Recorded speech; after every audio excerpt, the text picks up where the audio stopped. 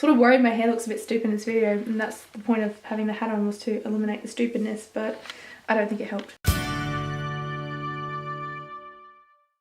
Hey, it's Jazzy and welcome back to my channel, and if you're new to my channel, make sure you hit that subscribe button because I'm making videos every single Monday. Now this is my Camp NaNoWriMo update, well my NaNoWriMo update in general, because I tried to make an update video before and that just failed. Technology hates me. I'm here to say that last July I said that I was going to be doing Camp NaNoWriMo, and I did, and I ended up writing this novel. It's the first draft of this novel that I wrote. It's 50,000 words. And yeah, so that was the first novel I ever wrote. It was such a huge achievement, but as I was going on this journey, I sort of realised that it wasn't just going to be a long novel, it was going to be a 5-book series, and that's why it ended up being 50,000 instead of like 75. So in November, I did NaNoWriMo again, and I ended up writing 50,000 words of the second book in this series, except I hadn't finished it. So when it came around to April, the Camp NaNoWriMo that has just been, I decided that I wanted to finish that novel, so I did. This is the novel that I just finished writing for Camp NaNoWriMo in April. It is 75,000 words. It's the second book in the series and it's just a lot thicker, as you can probably tell. Granted, the font is a little bit bigger. I didn't mean it to be. I kind of wanted it to be smaller actually, so it wouldn't be as thick. I'm very, very proud of this. I spent a lot of time this April just writing and finishing this. But the thing is, in January, I was inspired to write another novel, just, you know, in my own time, and I wrote about 42,000 words of it. And before I finished this book, I actually said to myself I was going to finish that one, and I did. So here's my other novel that I wrote this month. This one's 62,000 words. It's double-sided, but it's got heaps of space in between for me to write and edit on it, which I would prefer. I'd prefer to, you know, have double-sided pages, but I can't do that for all my novels because I actually printed this one at school. But yeah, so I have written 3 novels, and I have still 3 more to go of my series that I'm working on. And if you guys want to read them, I have to say that you can't. Not yet anyway. Because I don't want to let you guys read any of my stuff until I consider it good enough to be read. At the moment I consider everything I've written, like my novels, very, very crappy. They're not good because I wrote them so fast. That's like the point of NaNoWriMo. But if I hadn't done that, I would have never have written them. So I'm not upset that they're not great, but it's the first draft. I intend to write the whole series, then read the whole series, make notes as I go, then rewrite all of the book's outlines, then rewrite all of the books, and then let people read them for beta reading.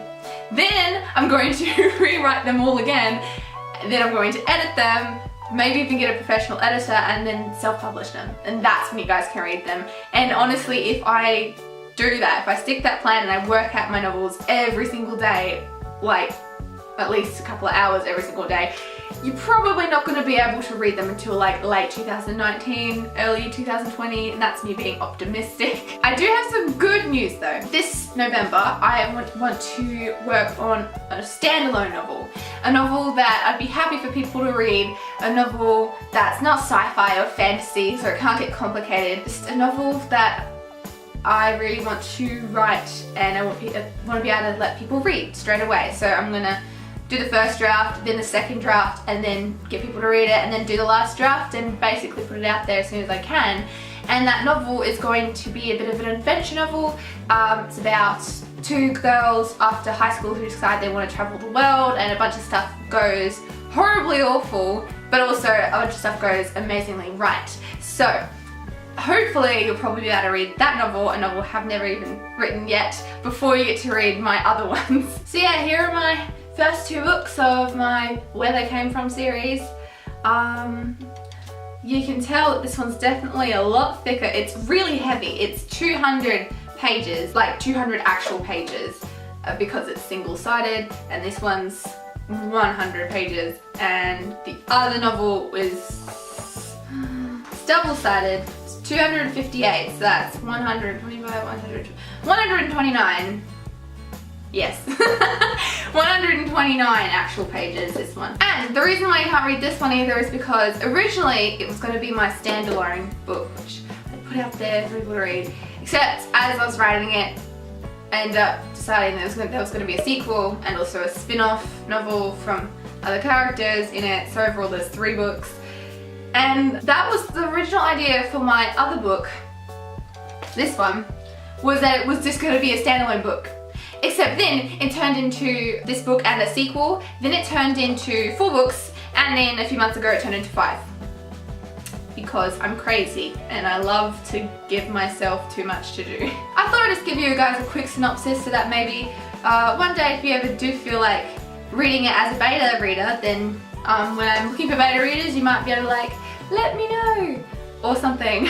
So this book, the series, without me getting too complicated, is basically a series that revolves around the main character named Rachel Scott from Earth, as she accidentally finds herself stranded on an alien planet named Saigon. And this book is about her trying to find her way back home. Yeah, as you can imagine, it's all set on Saigon, and there's aliens and, you know, another language and another culture, and while she's there, people are mysteriously disappearing and people are also being murdered. So they've got to figure out who the murderer is and why all this bad stuff is happening, and also try and get Rachel back home. So that's what this book is about. This book is a continuation of the first, and I can't tell you too much about what it's about, otherwise it would actually spoil a bunch of things from the first book.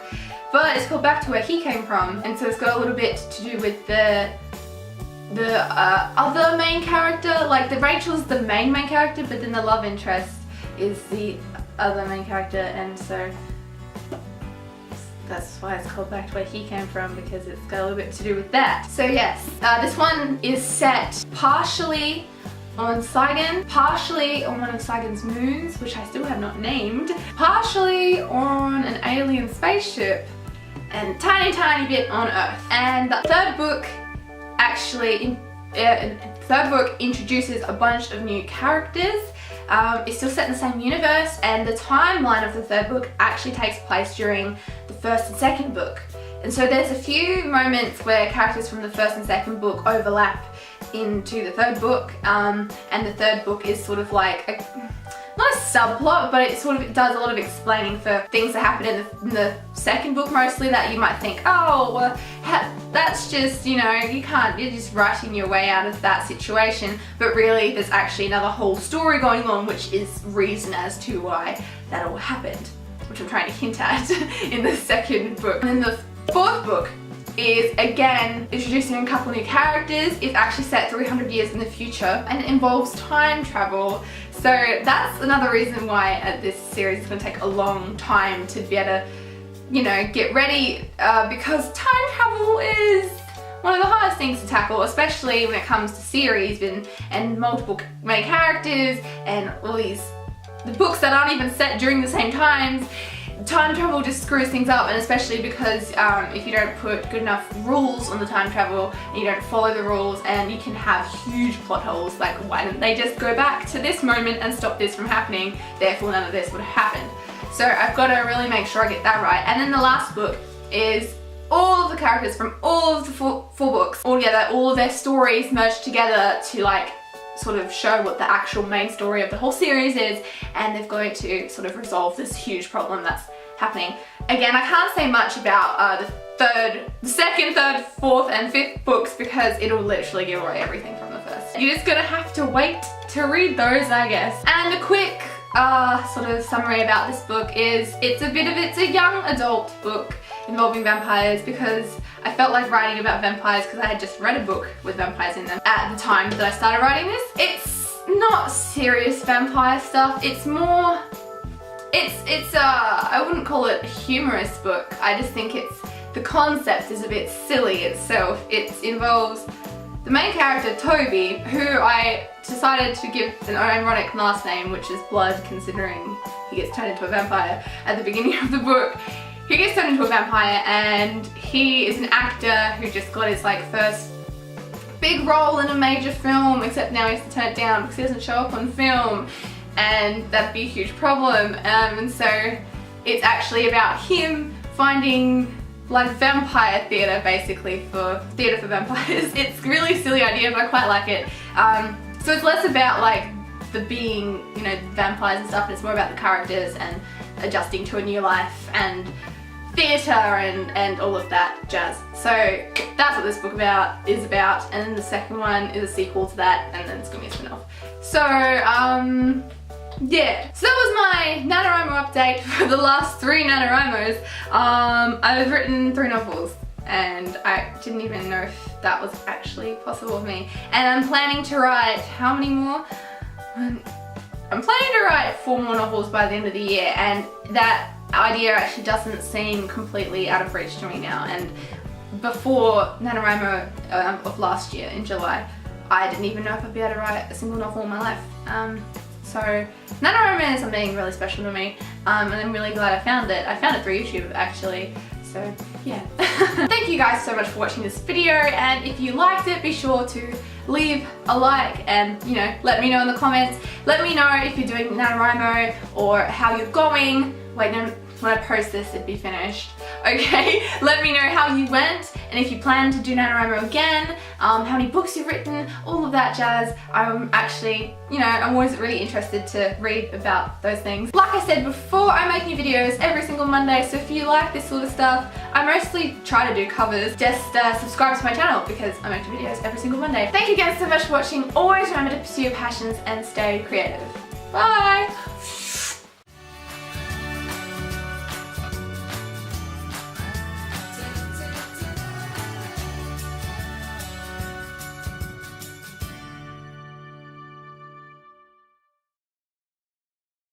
Pardon me. I got the hiccups, but like burpy hiccups.